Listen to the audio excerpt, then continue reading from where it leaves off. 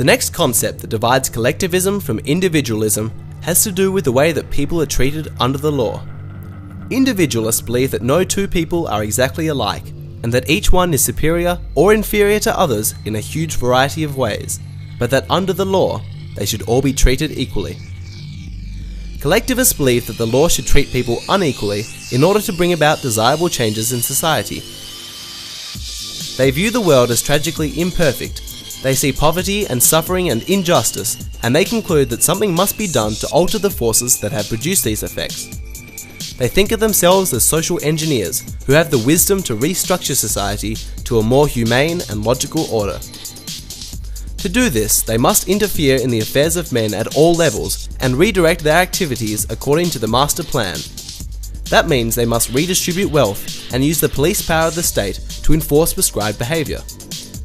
The consequence of this mindset can be seen everywhere in society today. Almost every country in the world has a tax system designed to treat people unequally depending on their income, their marital status, the number of children they have, their age, and even the type of investments they may have. The purpose of this arrangement is to redistribute wealth, which means to favour some classes over others. In some cases, there are bizarre loopholes written into the tax laws just to favour one corporation or one politically influential group. Other laws provide tax exemption and subsidies to favoured groups or corporations. Inequality is the sole purpose of these laws.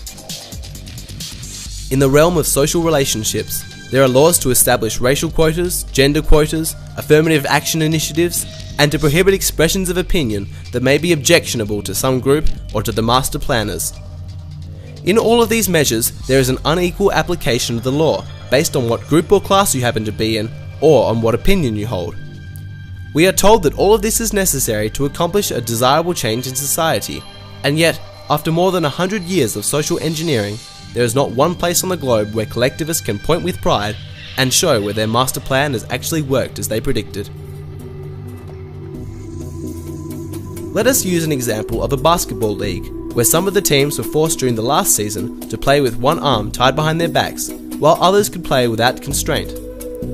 Of course, neither individualists nor collectivists would consider this arrangement fair. Now suppose that someone proposed for the next several seasons, those teams whose players had been untied were now to play all of their games with one arm tied behind their backs, while those who had been tied up now had both arms free. Is the arrangement now fair? Before we answer, let's improve the analogy. Let's observe that there has been a complete turnover of players. All those who played in the first set of games have retired. The current players, therefore, are newcomers, none of whom were involved in the original practice.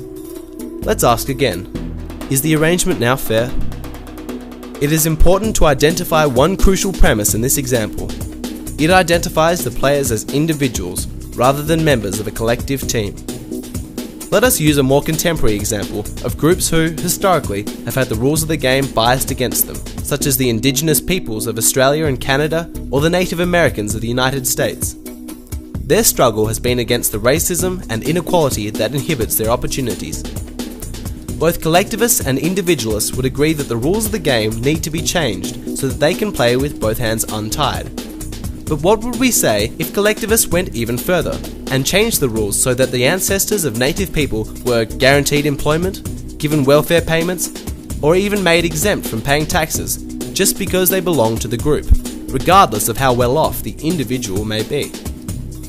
In their quest for equal rights, is the collectivist strategy for swapping negative inequality for positive inequality likely to be successful?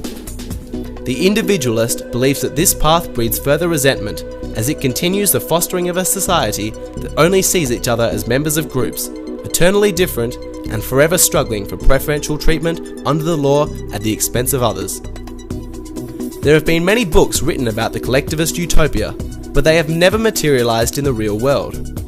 Wherever collectivism has been applied, the results have always been more poverty than before, more suffering than before, and certainly more injustice than before. Individualism is based on the premise that all citizens should be equal under law, regardless of their race, religion, gender, or political opinion. No class should be given preferential treatment, regardless of the merit or popularity of its cause.